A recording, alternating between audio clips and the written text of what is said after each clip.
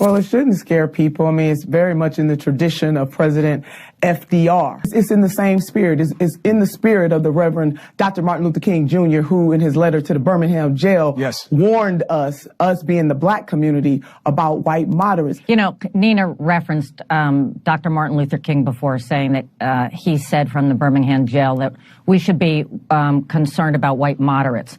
That's actually not what Martin Luther King said. What he said is we should be worried about the silence of white moderates. Are you kidding me? Nina, wait. No, she's making a language point. What he said was we should worry about the silence of white moderates. Chris, what Reverend Dr. Martin Luther King Jr. was talking about, he said it is the point that the white moderate wants things to be comfortable, and instead of focusing in on that, the bigger threat is not necessarily the white KKK member, but more the white moderate that is more comfortable with keeping things the same or pretending like there is no tension. Don't use Martin Luther King against Joe Biden. You don't have that. You don't have that standing. First of all, I'm sorry, you don't. Don't tell me what kind of standing I have as a black woman in America. How dare you? You have a lot of standing as a black woman in America. You don't have the standing to attack Joe Biden using Martin Luther King's words.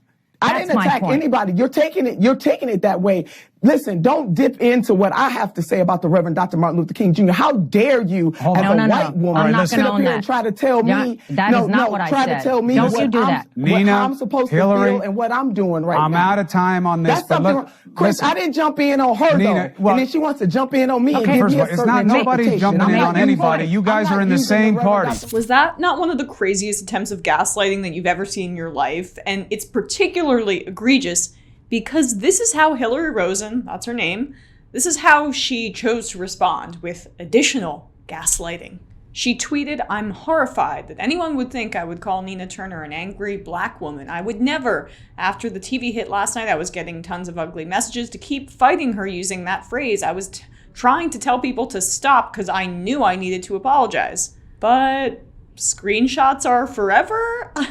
Because this was just deleted, but she said, "Please no need to defend me and attack angry black women."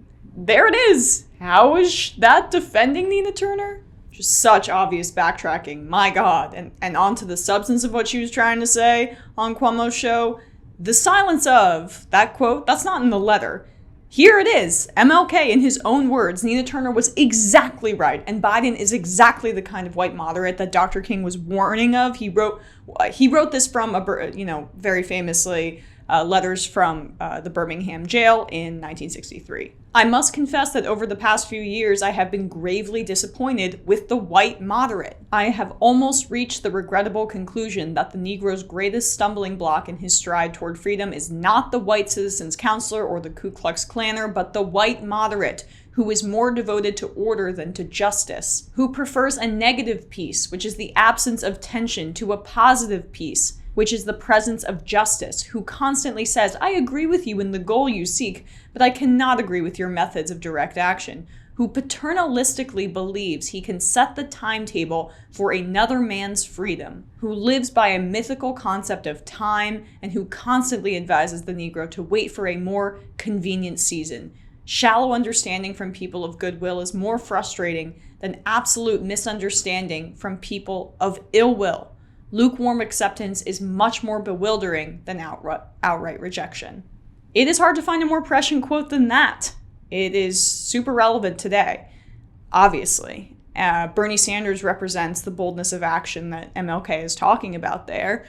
And the reason that Hillary Rosen doesn't want to talk about Biden's record on race is that it's atrocious. Years after Bernie Sanders was arrested fighting for civil rights, Biden was a proponent of some aspects of segregation. He was anti-busing. He was working with Strom Thurmond. He authored the crime bill. He keeps denying it, but that locked up millions of black Americans. So that's why she gets so defensive. And it's absolutely crazy that you could sit there and have the gall to tell a black woman what MLK means. That's the arrogance of the Biden campaign, a campaign that thinks they can do whatever they want and get away with whatever his record says. We're not going to let him.